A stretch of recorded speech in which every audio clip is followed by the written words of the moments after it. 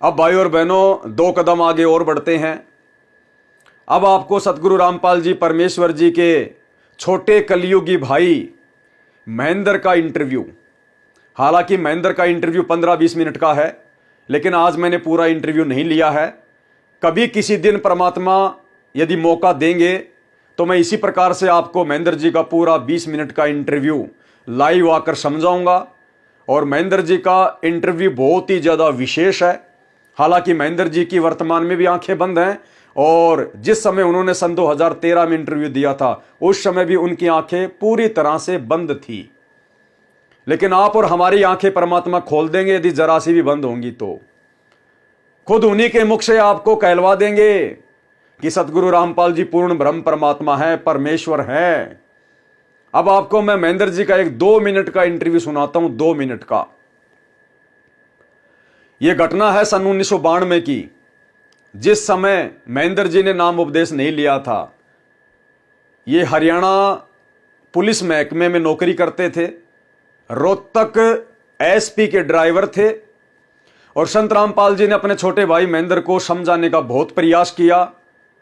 जिस समय महेंद्र की ड्यूटी भी रोहतक में थी और सतगुरु रामपाल जी की ड्यूटी यानी उनकी पोस्टिंग भी रोहतक में थी, तो गुरुदेव भगवान लंच टाइम में महेंद्र के पास में चले जाया करते थे, उनको समझाने का प्रयास करते थे कि भाई नाम ले ले, भक्ति कर ले। लेकिन महेंद्र को जरा भी असर नहीं होता था, ड्रिंक व्रिंक ज्यादा करता था। और एक दिन तो सतगुरु रामपाल जी को महेंद्र ने साफ साफ कह दिया, जी मुझे परेशान करने मत आया करो, कोई भक्ति वक्ति नहीं है, अपने बच्चों का पालन पोषण करो, यही सबसे बड़ी भक्ति है। उसके बाद संत रामपाल जी ने धीरे धीरे जाना बंद कर दिया उसकी अरुचि देखकर। क्योंकि परमात्मा कहते हैं ज्ञान का गाम का तो चमका सा होता है। जो परमेश्वर की अच्छी आत्मा होती है वो तो एक झटके में समझ जाती है, बाकी तो फिर वो चिकने घड़े हो जाते हैं, फिर उनको कितना ही समझाओ कोई असर नहीं पड़ता। तो महेंद्र जिक्र कर रहा है कि सन 1992 में फिर मेरे जीवन में एक ऐसी घटना घटी कि मैं डीआईजी को पुलिस ट्रेनिंग सेंटर मधुबनी में लेके गया। और वहां पर फिर मुझे एक सौपन आया। मैंने क्या सौपन देखा अब महेंद्र जी के मुख से हम सुनेंगे। और जब पॉइंट आएगा, जो पॉइंट सतगुरु रामपाल जी को पूर्ण ब्रह्म परमात्मा साबित करेगा खुद उनके छोटे कलयुगी भाई के मुख से, फिर आप जी का विश्वास बढ़ेगा। दास उस पर विश्लेषण करके बताएगा। फिलहाल आप महेंद्र जी के मुख से सुनिए वो क्या कह रहे हैं। एक बार नहीं, सैकड़ों बार ये दादा गुरुदेव जी ने बोला है। फिर मेरे जीवन में एक ऐसी घटना घटी, 1992 की बात है, कि मैं एक डीआईजी को लेकर के मधुबन गया हुआ था पुलिस ट्रेनिंग सेंटर के अंदर। रात को वहाँ ठहरे, मैं सुबह सोकर उठा तो मैंने देखा, मैं चारपाई पर लेटा हुआ, मेरी आंखें खुल गई। तो लेटे लेटे मैं क्या देख रहा हूं कि मेरे पैरों की तरफ उस मकान यानी कमरे में 2 खिड़कियां थी। एक खिड़की में महाराज जी कम से कम 8-10 फीट ऊपर आसमान में बैठे हैं। वो सीन मुझे आज तक याद है। काले रंग के चश्मे लगा रखे थे, लाइनिंग वाला शर्ट, काली पैंट, और ऐसे बैठे हैं जैसे पद्म आसन होता है, हाथ जोड़कर। तो संत रामपाल जी की तरफ 2 पैर दिखाई दे रहे हैं, घुटने से नीचे बिल्कुल लाल रंग के, जैसे सूर्य सुबह निकलता है। तो मैं देख कर डर गया। मैंने अपनी घड़ी देखी, उस द्वार पे एक घड़ी लगी हुई थी, उसको देखा भी 7 बज गए हैं। दूसरी खिड़की से देखा तो शहतूत का पेड़ है, चिड़िया बैठी हैं। लेकिन मैं ये सीन क्या देख रहा हूँ, कम से कम 5 मिनट मैंने सीन को देखा।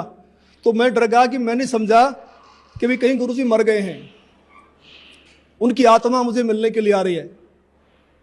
उस समय फ़ोन भी नहीं थे, मैं डीआईजी को बोल भी नहीं सकता था कि मेरा भाई मर गए हैं। तो मैं बहुत चिंतित हो गया। हम 1 बजे मधुबन से रोहतक के लिए चले, हम लोग 3 बजे वहाँ पहुँच गए। मैं गाड़ी खड़ी करके सीधा मकान पे गया, गुरुजी के मकान के ऊपर। तो जाके मैंने देखा गुरुजी ठीक ठाक मिले, मन में शांति हुई। तो गुरुजी ने पूछा भी कैसे आना हुआ आज दिन में, कैसे टाइम मिल गया। तो मैंने घटना के बारे में बताया। मैंने कहा जी मैंने तो ऐसे ऐसे एक घटना देखी सुबह सुबह, मैं डर गया कहीं आप मर ना गए हो। तो महाराज जी ने कहा कि मेरे स्वरूप में कबीर परमेश्वर आए थे और अब आपको भक्ति मिल जाएगी। तो मैंने कहा जी मैं तो ड्रिंक्स वगैरह कर लेता हूँ, वो छूटती नहीं भक्ति। पहला पॉइंट भाई और बहनों, सतगुरु रामपाल जी सन 1992 तक, क्योंकि घटना है सन 1992 की, जिस समय सतगुरु रामपाल जी को ना तो आदरणीय राम देवानंद जी की तरफ से कोई सत्संग करने का आदेश था और ना ही कोई नाम दीक्षा देने का आदेश था। सन 1992 में संत रामपाल जी एक आम भगत की तरह भगत बनकर अपनी भक्ति कर रहे थे। तो महेंद्र ने जब यह घटना देखी और गुरुदेव के पास गए उनके मकान पर और जाकर सारी बात बताई, तो सतगुरु रामपाल जी क्या कह रहे हैं कि अब आपको भक्ति मिल जाएगी, क्योंकि मेरे रूप में आपको कबीर परमेश्वर ने दर्शन दिए हैं। अब उस समय तो सतगुरु रामपाल जी भगत थे और उनके गुरु थे आदरणीय रामदेवानंद जी। तो यदि कोई अन्य कबीर भगवान है तो वो तो भगत के गुरु के रूप में दर्शन देगा ना। जैसे हमारे गुरुदेव कहते हैं, बच्चों जब तुम त्रिकुटी पर जाओगे तो परमात्मा तुम्हें मेरे रूप में दर्शन देगा, मेरे रूप में तुम्हें परमात्मा मिलेगा। तो अगर संत रामपाल जी मात्र एक भगत होते, एक आम इंसान होते, तो 1992 में जिस समय ना उनको सत्संग करने का आदेश था, ना नाम दीक्षा देने का आदेश था, केवल एक भगत थे आम भक्तों की तरह, फिर वो भला इतनी बड़ी बात कैसे बोल सकते हैं कि महेंद्र तेरे को मेरे रूप में कबीर जी ने दर्शन दिए हैं और अब तुझे भक्ति मिल जाएगी। पहला पॉइंट स्पष्ट होता है कि सतगुरु रामपाल जी खुद ही कबीर भगवान हैं और महेंद्र को भक्ति से जोड़ने के लिए यह सारी लीला खुद गुरुदेव भगवान ने की। इसके बाद में महेंद्र क्या कह रहा है, बहुत ही ज्यादा महत्वपूर्ण पॉइंट है जो गुरुदेव को कबीर भगवान साबित करेगा। तो जब गुरुदेव ने कहा कि अब तुझे भक्ति मिल जाएगी, तो महेंद्र ने कहा जी मैं तो ड्रिंक कर लेता हूं, शराब पीता हूं, मैं कैसे भक्ति करूंगा। तो गुरुदेव भगवान ने क्या कहा, ध्यान से सुनिए भाई और बहनों। आप मरना गए हो, तो महाराज जी ने कहा कि मेरे स्वरूप में कबीर परमेश्वर आए थे और अब आपको भक्ति मिल जाएगी। तो मैंने कहा जी मैं तो ड्रिंक्स वगैरह कर लेता हूँ, वो छूटती नहीं, भक्ति कैसे करूँगा। तो गुरु जी ने कहा जा आज के बाद नहीं पिएगा। तो उनके एक शब्द से ऐसी दीवार खड़ी हो गई कि आज कब की बात है, ये कब की बात बता रहे हैं महेंद्र जी, ध्यान से सुनना। आज 1992 की बात है, आज 2013 हो गया, यानी लगभग 1992 की बात है, 1992 की बात है और 2013 में महेंद्र इंटरव्यू दे रहा है। तो महेंद्र कह रहा है कि 1992 की बात है और आज 2013 है, लगभग 19-20 वर्ष हो गए, आज तक मैंने शराब को छुआ भी नहीं। एक बार फिर से सुन लीजिए, घटना कब की है,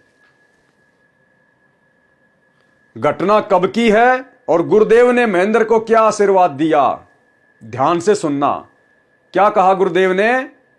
जब महेंद्र ने कहा जी मैं तो शराब वगैरह पी लेता हूं, ड्रिंक कर लेता हूं, भक्ति कैसे करूंगा, तो सन 1992 में सतगुरु रामपाल जी भगवान ने कहा महेंद्र को कि जा आज के बाद नहीं पिएगा। यानी संत रामपाल जी ने महेंद्र को एक वचन में बांध दिया, आशीर्वाद दे दिया कि जा आज के बाद दारू नहीं पिएगा। अब यह बात कौन बोल सकता है, एक भगत को तो सिद्धियां प्रयोग करने का अधिकार है ही नहीं। एक भगत किसी दूसरे को आशीर्वाद दे, ये कबीर परमात्मा के मार्ग में एक भगत के लिए आदेश नहीं है। लेकिन संत रामपाल जी भगत नहीं है, खुद कबीर भगवान है, इसलिए आदेश दे दिया।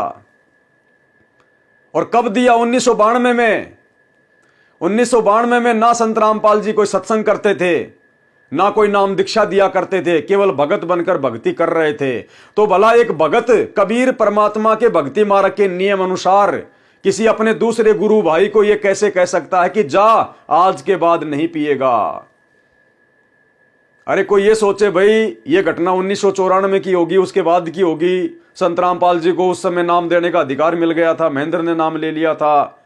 ये 1992 की बात है, 1992 की, जिस समय संत रामपाल जी केवल एक भगत बनकर भक्ति कर रहे थे। तो भगत किसी अपने दूसरे गुरु भाई को, क्योंकि महेंद्र उस समय संत रामपाल जी का गुरु भाई था, तो भला संत रामपाल जी अपने गुरु भाई को कैसे कहेंगे कि जा आज के बाद नहीं पिएगा, और ये कह रहा उसके बाद मैंने नहीं पी। तो भाई और बहनों, संत रामपाल जी कौन है, स्वयं कबीर परमात्मा है, कोई आम व्यक्ति नहीं है, आम भगत नहीं है। ये महेंद्र के इंटरव्यू से साबित होता है, ध्यान से सुनिएगा। और अब आपको भक्ति मिल जाएगी। तो मैंने कहा जी मैं तो ड्रिंक्स वगैरह कर लेता हूँ, वो छुटती नहीं, भक्ति कैसे करूँगा। तो गुरु जी ने कहा जा आज के बाद नहीं पिएगा। तो उनके एक शब्द से ऐसी दीवार खड़ी हो गई कि आज 1992 की बात है, आज 2013 हो गया, यानी लगभग 21 वर्ष हो गए। वो आज तक मैंने शराब को छुआ तक नहीं है। तो भाई और बहनों, पूरी तरह से ये क्लियर हो जाता है, साबित हो जाता है, ये प्रत्यक्ष दृष्टा है जो बता रहा है।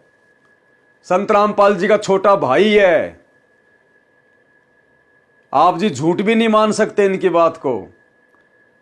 और 1992 की घटना, और संत रामपाल जी ने इसको आशीर्वाद दिया कि जा आज के बाद नहीं पिएगा, अन्यथा ये भक्ति करने योग्य प्राणी नहीं था। ये इसको तो जबरदस्ती परमात्मा ने भक्ति पे लगा रखा है।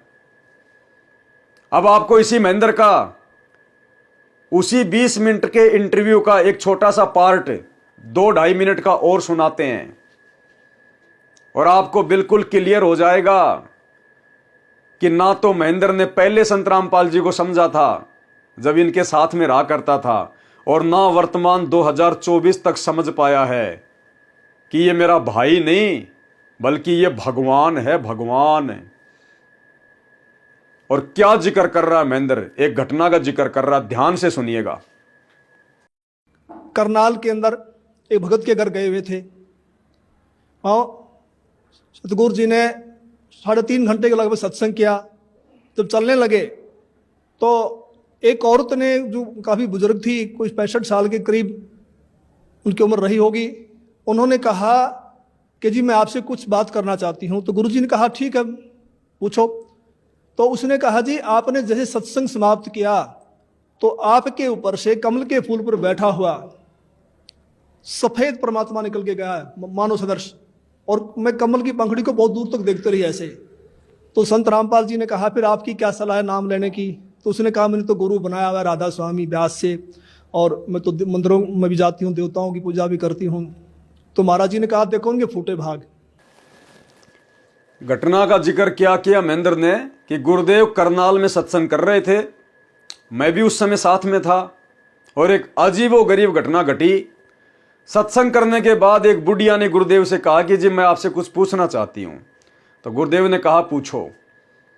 उस बुढ़िया ने कहा कि जैसे आपने सत्संग समापन किया, आपके ऊपर से कमल के फूल पर बैठा हुआ एक सफेद परमात्मा निकला, और मैंने काफी ऊपर तक उनको जाते हुए देखा। गुरुदेव भगवान ने लीला की, उस बुढ़िया को दिखाया, आप और हमारे लिए इन वीडियोज के माध्यम से विश्वास बढ़ाने के लिए, और महेंद्र के बुद्धि विवेक को समझने के लिए, ताकि आम संगत को इस बात का पता चले कि संत रामपाल जी के साथ में रहने वाला उनका छोटा भाई महेंद्र उनको कितना जान पाया है। ऐसी ऐसी घटनाएं गुरुदेव ने प्रत्यक्ष दिखाई, जो कि उन घटनाओं का प्रत्यक्ष दृष्टा है उसके बावजूद भी। तो गुरुदेव ने कहा कि फिर आपकी क्या सलाह है, अब तो आपको विश्वास हो जाना चाहिए, अब तो नाम दीक्षा ले लो। उसने कहा कि नहीं नहीं जी, नाम तो मैंने राधा स्वामी वालों का ले रखा है। तो गुरुदेव ने कहा कि फूटे इनके भाग, परमात्मा इनको प्रत्यक्ष दिखा रहा है, फिर भी नाम दीक्षा नहीं ले रहे। बुढ़िया तो चली गई। उसके बाद में महेंद्र ने सतगुरु रामपाल जी परमेश्वर जी से सवाल किया, क्योंकि महेंद्र को शंका हो गई। और महेंद्र ने कहा जी एक बात बताइए आप, जो व्यक्ति परमात्मा के लिए भटक रहा है, जो परमात्मा की प्राप्ति करना चाहता है, उसको तो परमात्मा दर्शन नहीं दे रहा, और जो परमात्मा से उपदेश लेना नहीं चाह रहे, परमात्मा उनको प्रत्यक्ष चमत्कार दिखा रहा है। ये क्या? तो सतगुरु रामपाल जी परमेश्वर जी ने कहा कि ये तेरे बुद्धि स्तर से बाहर की बात है महेंद्र, अभी तू इस बात को समझ नहीं पाएगा, ये तेरे बुद्धि स्तर से बाहर की बात है। लेकिन महेंद्र ने कहा कि नहीं नहीं जी, दया करो दया करो दया करो, क्योंकि इनकी तो आदत है एक बार गुरु के मना करने के बाद में गुरु जी के पीछे पड़ जाना, इनकी तो पुरानी आदत है। जैसे पिछले वीडियो में आपने देखा मनोज के इंटरव्यू में कि अपनी भाभी के कहने पर अपने बड़े भाई संत रामपाल जी को शिक्षा देने के लिए निकल पड़ा, उनसे उपदेश लेने के बावजूद भी। तो महेंद्र ने कहा जी नहीं नहीं जी, दया करो दया करो दया करो। तो आगे गुरुदेव ने क्या कहा, ध्यान से देखिएगा। और मैं तो मंदिरों में भी जाती हूँ, देवताओं की पूजा भी करती हूँ। तो महाराज जी ने कहा, देखो उनके फूटे भाग, ये सच्चाई को देखकर भी नहीं मान रही है। तो फिर हम चल पड़े। उस समय गुरु जी के पास सुमो गाड़ी होती थी, हम दिल्ली साइड में जा रहे थे। मैंने महाराज जी से प्रश्न किया कि महाराज जी, परमात्मा का भी अजीब खेल है, जो ढूंढ रहे हैं उनको दर्शन नहीं दे रहे, और जिनको दर्शन दे दिए, जो इनको प्रकट होके बता गए, वे इसको मान नहीं रहे। ये कि परमात्मा की क्या लीला है। तो महाराज जी ने कहा, ये बुद्धि से परे का विषय है और इसको आप नहीं समझ पाएंगे। फिर मैंने कहा, जी गुरुदेव ने क्या कहा महेंद्र को कि भाई ये बुद्धि से परे का विषय है, आप इसको नहीं समझ पाएंगे। ये बुद्धि से परे का विषय है, आप इसको नहीं समझ पाएंगे। क्यों कही परमात्मा ने इतनी बड़ी बात अपने छोटे भाई महेंद्र को? क्योंकि भाई और बहनों, महेंद्र में अगर जरा भी बुद्धि विवेक होता तो ये इस प्रकार का बचकाना सवाल ही ना करता। अगर ये संत रामपाल जी को परमात्मा मान चुका होता, उन तमाम घटनाओं को देखने के बाद जो दादा गुरु जी के साथ में घटित हुई, क्या मनोज ने अपने चाचा को नहीं बताया होगा? अरे मनोज और महेंद्र दोनों जो है वो गुरु भाई हैं। संत रामपाल जी ने महेंद्र को भी अपने मुंह बोले गुरु जी से नाम दिलवा रखा था और अपने दोनों बेटों को भी नाम दिलवा रखा था। महेंद्र भी सत्संग सुनने के लिए दादा गुरु के पास जाता था, संत रामपाल जी का परिवार भी जाता था। तो क्या कभी इस मनोज ने अपने चाचा महेंद्र को जो सारी बातें उसने अपने इंटरव्यू में बताई हैं, क्या महेंद्र को कभी जिक्र नहीं किया होगा? क्या महेंद्र को कभी बताया नहीं होगा? सब कुछ बताया होगा। लेकिन फिर भी महेंद्र ने संत रामपाल जी को अपने भाई से बढ़कर कुछ नहीं माना। इसलिए गुरुदेव भगवान ने कहा कि भैया तेरे बुद्धि विवेक से बाहर की बात है, ये बुद्धि के विषय से बाहर की बात है, आप नहीं समझ पाओगे। क्यों? क्योंकि महेंद्र ने क्या कहा, शब्द को ध्यान में रखना भाई और बहनों। जब उस बुढ़िया को वो सब कुछ घटना दिखाई दी, गुरुदेव के ऊपर से कमल के फूल पर एक तेजोमय शरीर जाता हुआ परमात्मा दिखाई दिया, तो महेंद्र ने संत रामपाल जी से सवाल किया कि जी बड़ा अजीबो गरीब खेल है परमात्मा का, जो परमात्मा को ढूंढ रहे हैं उनको तो दर्शन नहीं दे रहा। यानी महेंद्र कहना चाह रहा था कि मेरे जैसे जो परमात्मा को ढूंढ रहे हैं, जो भक्ति कर रहे हैं परमात्मा के लिए, कबीर जी के लिए, उनको तो कबीर जी दर्शन नहीं दे रहे, और जिनको दर्शन दे दिए, जैसे उस बुढ़िया को दे दिए दर्शन साक्षात प्रकट होकर, वो मान नहीं रही।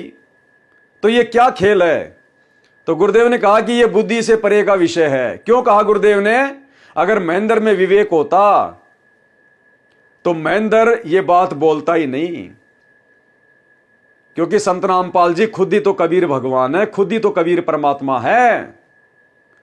और संत रामपाल जी को महेंद्र कबीर भगवान मान नहीं रहा था, तभी तो कह रहा था कि जो परमात्मा को ढूंढ रहे हैं उनको तो परमात्मा दर्शन नहीं देते। अरे तो फिर संत रामपाल जी कौन थे? दिन रात तो भाई आप उनके दर्शन कर रहे थे, बचपन से आप कबीर भगवान के दर्शन कर रहे हो, आपके भाई के रूप में आए हुए हैं परमात्मा।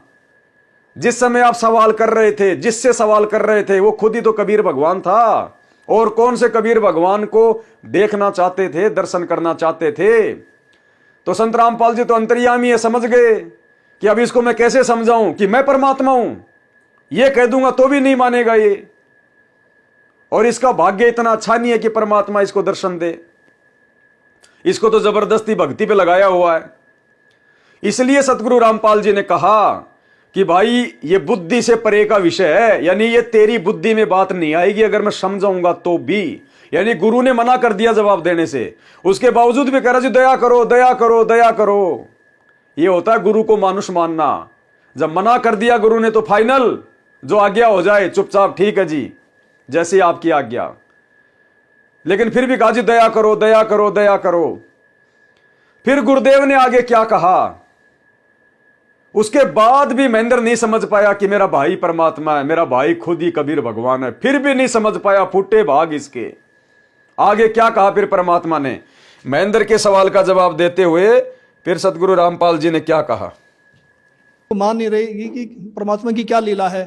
तो महाराज जी ने कहा ये बुद्धि से परे का विषय है और इसको आप नहीं समझ पाएंगे। फिर मैंने कहा जी बताओ, दया करो। संत रामपाल जी ने बताया कि ये औरत 600 वर्ष पहले जब कबीर परमेश्वर आए थे उनकी शिष्या थी। इन्होंने लगभग 5-6 महीने भक्ति की, फिर इन्होंने नाम छोड़ दिए। उसी प्रथम मंत्र के प्रभाव से इसको मानवश्री मिलते आ रहे हैं, भक्ति में रुचि है।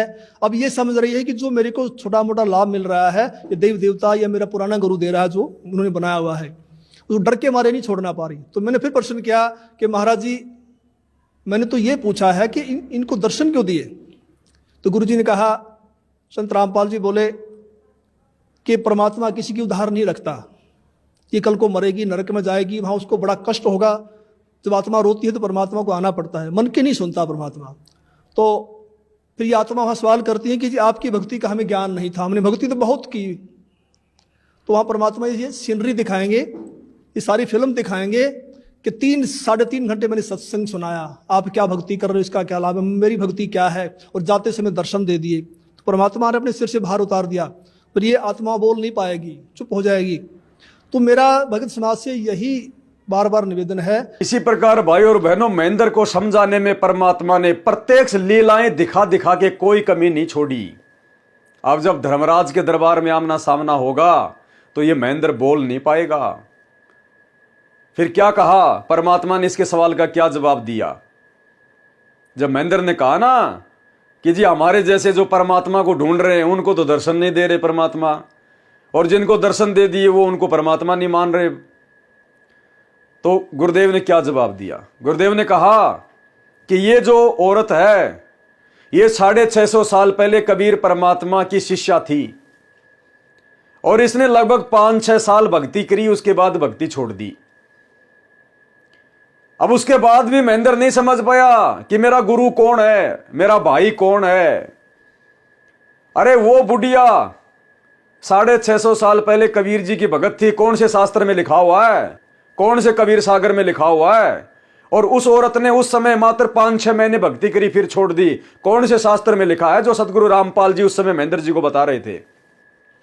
तो महेंद्र को उसी समय बात को पकड़ लेना चाहिए था कि ये बातें 650 साल पहले की ये बातें और इस औरत के बारे में कौन बता सकता है।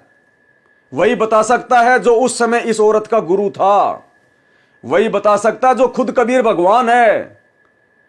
नहीं, आम इंसान को तो 3 दिन पहले हमने कौन सी सब्जी खाई थी वो भी याद नहीं है। उसके बाद भी महेंद्र बात को नहीं पकड़ पाया। इसीलिए गुरुदेव ने महेंद्र को पहले कह दिया था कि महेंद्र ये बुद्धि से परे का विषय है, तुम नहीं समझ पाओगे। उसके बाद भी महेंद्र ने बोले जी दया करो दया करो। फिर गुरुदेव ने समझाया कि 650 साल पहले ये औरत जब कबीर जी आए थे उनकी शिष्या थी और इसने मात्र 5-6 महीने भक्ति करी और छोड़ दी। फिर भी महेंद्र नहीं समझ पाया कि ये बातें कौन बता सकता है। ये मेरा भाई नहीं है, ये कबीर भगवान है, कबीर भगवान। फिर महेंद्र ने सवाल किया कि जी मैं ये नहीं पूछ रहा, मैं तो ये पूछ रहा हूं इसको भगवान ने दर्शन क्यों दिए, इसको भगवान ने दर्शन क्यों दिए। तो गुरुदेव ने कहा कि भगवान किसी की उधार नहीं रखता। कल को जब ये बुढ़िया धर्मराज के दरबार में जाके खड़ी होगी और वहां पर जब इसका हिसाब किताब होगा कि परमात्मा धरती पर आया हुआ था, तेरे को मिला था, समझाया था, तूने भक्ति क्यों नहीं ली, वहां पर ये बुढ़िया कोई बहानेबाजी नहीं बना सकती। कबीर परमात्मा को कोई भी उलाना नहीं दे सकता। ठीक इसी प्रकार फिर परमात्मा ने महेंद्र को और संकेत कर दिया, लेकिन वो भी नहीं समझ पाया। उस बुढ़िया के माध्यम से महेंद्र के सवाल का जवाब देते हुए गुरुदेव ने महेंद्र को भी समझा दिया कि नालायक, इसी प्रकार तू मुझे परमात्मा के रूप में ना देखकर, अपने गुरु को भगवान के रूप में ना देखकर और किसी और में परमात्मा को ढूंढने का जो प्रयास कर रहा है ना, कल को तू भी धर्मराज के दरबार में जाएगा और तेरे को भी इसी प्रकार से ये पूरी सीनरी दिखा दी जाएगी। उस समय तू क्या जवाब देगा? धर्मराज कहेगा, देख ये घटना याद है ना, तेरी आंखों के सामने संत रामपाल जी क्या कह रहे थे उस औरत के विषय में कि 650 साल पहले कबीर जी आए थे, ये उनकी शिष्या थी और इसने 5-6 महीने भक्ति की थी। ये बातें कहां लिखी हुई थी, कौन से शास्त्र में लिखी हुई थी? एक आत्मा के विषय में, उसके पुनर्जन्मों की बातें कौन बता सकता था? तूने पहचाना क्यों नहीं? गुरु संकेत ही करेगा। तूने संकेत को क्यों नहीं पकड़ा? तेरे सामने भगवान खड़ा था, कबीर खड़ा था, तू आंखें बंद करके क्यों खड़ा था? तो उस समय उस बुढ़िया की तरह महेंद्र भी कोई जवाब नहीं दे पाएगा। तो भाइयों और बहनों, देखो कैसी कैसी अद्भुत घटनाएं।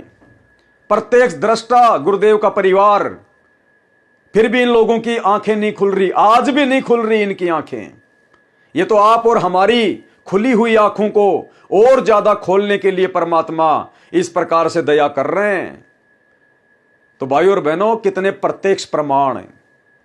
अब बताइए क्या कसर रह गई, क्या कमी रह गई? अब और क्या हनुमान जी की तरह संत रामपाल जी सीना फाड़ के थोड़ा ना दिखाएंगे इतना ज्ञान देने के बाद कि भाई मैं कबीर भगवान हूं, मैं कबीर परमात्मा हूं। फिर धिक्कार है हमारा मनुष्य जन्म प्राप्त करने का, सच्चे सतगुरु की शरण प्राप्त करके अनमोल तत्व ज्ञान लेने का। अरे हमने तो उनके सत्संगों को आधार बना के ही समझ जाना चाहिए था। उसके बावजूद भी परमात्मा दया कर रहे हैं, ऐसे ऐसे प्रत्यक्ष दृष्टा हमारे सामने लाके खड़े कर रहे हैं। इस महेंद्र का इंटरव्यू टोटल 20 मिनट का है, बहुत सारे संकेत है, बहुत सारे। ये धरती पर काल का दूत है, काल का दूत, विशेष काल का एजेंट है ये। इसने खुद अपने मुंह से बोला है इसके इंटरव्यू में, लेकिन वो संकेत में है। दास गुरुदेव के आशीर्वाद से आप लोगों को समझाएगा फिर कभी जब समय मिलेगा। तो भाइयों और बहनों, ये तमाम घटनाएं आपने देख ली हैं। दुनिया को विश्वास हो ना हो, गुरुदेव के कलयुगी परिवार को हो ना हो, आप और हमें जिन आत्माओं को वास्तव में सतलोक जाना है, जो अपने आत्म कल्याण के लिए हर प्रकार से समर्पित होकर भक्ति कर रही हैं, भाई और बहनों, हमारे अंदर शक और संदेह की कोई गुंजाइश नहीं होनी चाहिए कि हमारे गुरुदेव परमात्मा नहीं होंगे या संत रामपाल जी खुद ही कबीर जी नहीं हैं। अगर अब भी मन में जरा सा भी कोई दोष रह गया तो 650 साल पहले वाली बन जाएगी, 650 साल पहले वाली। तो ये गलती करने से हमने बचना है।